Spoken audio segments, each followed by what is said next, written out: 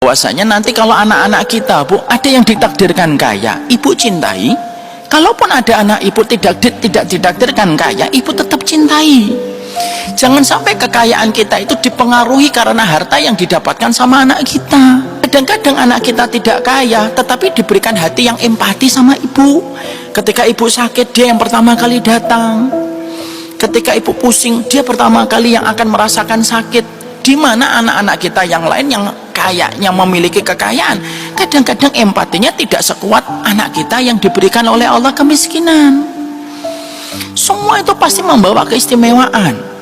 Kenapa saya ingin untuk menyampaikan ini? Karena masih banyak ibu-ibu yang terkadang membedakan cinta kasihnya kepada anak hanya karena kekayaan dan kemiskinan anaknya. Padahal kita harus paham, kekayaan dan kemiskinan itu bukan kita yang ngatur, Allah yang menentukan, karena sang penentu itu Allah. Ini ada kisah nyata, ada seorang bapak-bapak cerita, saya tuh punya adik Ustadz, adik saya ini qadarullah tidak selapang hartanya sebagaimana saya. Dia tinggal bersama orang tua saya di satu kota kecil. Ketika saya mendapati usahanya sering gagal, saya ngajak, ayolah pergi ke Jakarta, kesempatan di Jakarta lebih lapang, supaya kamu lebih lapang ketika mendapatkan rezeki.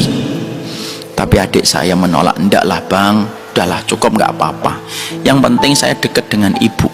Akhirnya ketika ibu saya sakit, saya baru menyadari kekurangan dan kesalahan saya. Ternyata adik yang sering saya hina dengan kemiskinannya, ketika ibu sakit, yang pertama kali paling tulus, tidak pernah meminta pamrih ketika berbakti kepada ibu, adalah adik saya. Sampai ibu saya kalau ada apa-apa selalu ngomong dulu sama adik saya. Barulah saya menyadari kekayaan saya ternyata belum bisa menjamin saya bisa mendapatkan hati ibu saya.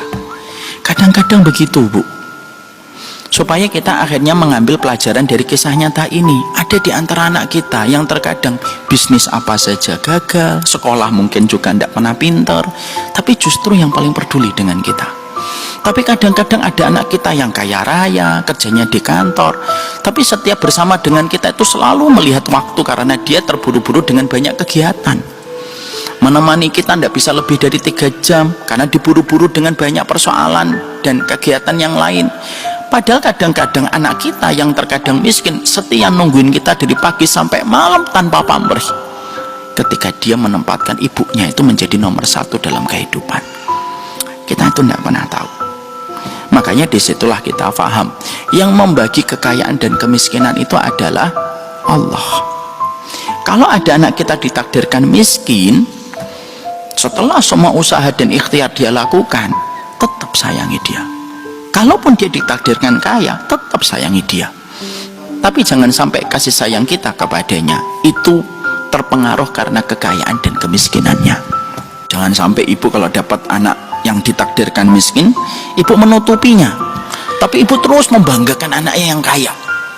Anak saya pejabat tuh yang di sana itu. Yang berikutnya nggak pernah disebut.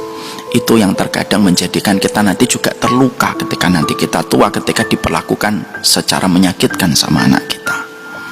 Itu yang kita harus paham.